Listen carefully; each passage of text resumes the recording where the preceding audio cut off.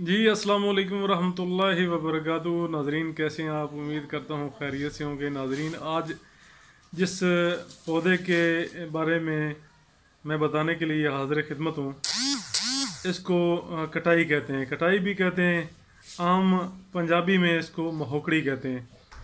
इसके अलावा इसकी दो इकसाम हैं, एक को कटाई खुर्द कहते हैं, एक को कटाई कलां कहते हैं। फ़ायदे जो हैं दोनों के अलग अलग हैं, तो मोटे मोटे इधर दो चार फ़ायदे बता देता हूँ कि ये बलगम के लिए, खांसी के लिए, बलगमी दमा के लिए, इसके अलावा मैदे के अमराज के लिए, मिर्गी के लिए, और इसके अलावा बेशुमार अमराज के लिए ये बेहतरीन दवा है।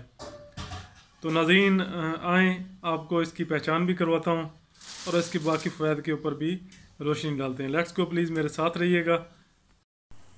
ये है जनाब कटाई का प्लांट। अगर इसके हम नामों के ऊपर बात करें तो जनाब इसको वैसे आम लफ्ज़ों में कटाई कहते हैं, पंजाबी में इसको महोकड़ी कहते हैं, कांटे रंगनी कहते हैं, उर्दू में कटेली कहते हैं और कटाई भी बोला जाता है। गुजराती में इसको पठारंगी, बंगाली में कतकारी, तामिल में कुंदन, कैटरी, अरबी में शौकतल अकरब और तेलुगु में वाकदो, हिंदी में कटाई, फट कटिया, बूंगी, बोमी रंगनी, संस्कृत में इसको नीला मलाका और लातीनी में सोलिनम जैकोनी, सोलिनम एक्रांथोकारियम भी बोला जाता है। इसके अलावा इसकी पैदाइश जो है इसकी पूरे पाकिस्तान में और पूरे हिंदुस्तान में इसकी पैदाइश होती है। अगर हम इसकी शनाख्त के ऊपर बात करें तो इसकी दो इकसाम हैं, एक ये जो जामनी रंग के फूल वाली है और एक सफ़ेद फूल वाली है। ये मतलब इसकी आगे फिर आगे जो है ना वो दो इकसाम में, एक छोटी होती है एक बड़ी होती है। छोटी को कटाई खुर्द और बड़ी को कटाई कलां कहते हैं। फल जो है इसका, फल ये नज़र आ रहे होंगे, दो फल इसके लगे हुए। तो फल मतलब इसका जो है ना इतना सा ही होता है, छोटी का इतना होता है, बड़ी का थोड़ा सा इससे बड़ा होता है। चूँकि ये जो है मतलब ये बैंगन की नस्ल से है। इसके अलावा इसके जो पत्ते हैं, पत्तों पे वो ऊपर, पत्तों के ऊपर हल्का सा रुआं होता है और कांटों से जो है ना इसके पत्ते जो हैं और टहनियाँ जो हैं ये कांटों से बिल्कुल भरपूर होती हैं। इसकी एक किस्म ऐसी भी है कि जिसके जो शाखें और जो पत्ते हैं और तमाम पौधा जो है ना वो सफ़ेद रुएं से भरा होता है। और लेकिन ये किस्म जो है ना वो बहुत नायाब है और कहा जाता है, सुना है कि इस किस्म से सोना भी तैयार होता है।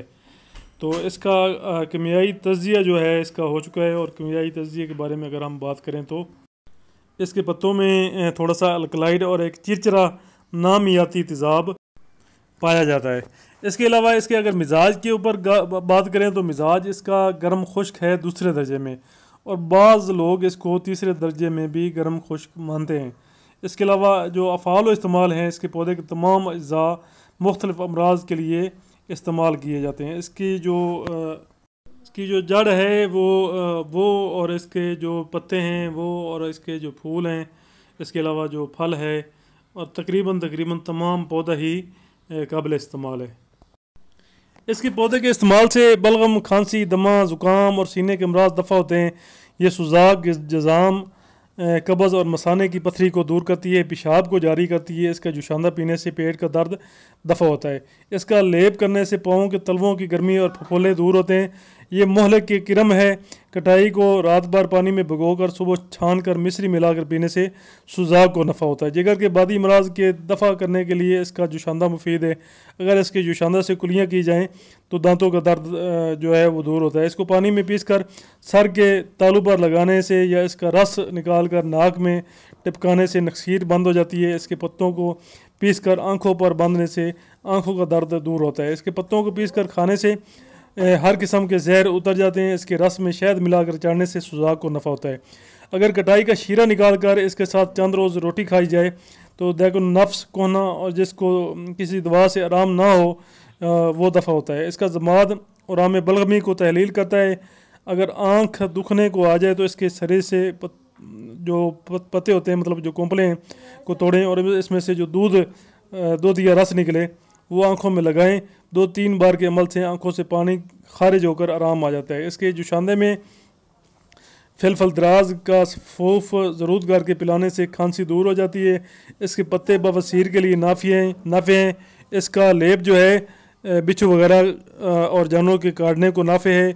मांदगी दूर करता है, मैल साफ़ करता है, बट कटे और साबुन के मकाम है।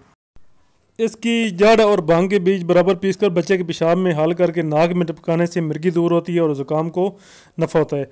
अगर इसकी जड़ पोस्त दरख्त अनार, पोस्त दरख्त, कंदूरी पीस कर लटके हुए स्थानों पर लेप करें तो वो सख्त हो जाते हैं। इसकी जड़ जो है इस्तस्का और तप्पे मुफरद व मरकब के लिए मुजरब है। कटाई के फूलों का ज़ीरा दाफ़े कब्ज़ है, मसाना की पथरी को निकालता है। अगर इसको पीस कर शहद में मिलाकर बच्चे को चटाएं तो इसकी खांसी दफ़ा होती है। कटाई का दूध जो है, इसका दूध नाक में डिपकाने से मिर्गी दफ़ा होती है। आँख में लगाने से शोब चशम को आराम आता है। इसके अलावा कटाई के फूल जो हैं ज़ोदे हज़म, दाफ़े बाद, बलगम, खांसी और फ़ाइक को फ़ायदा देते हैं, भूख लगाते हैं।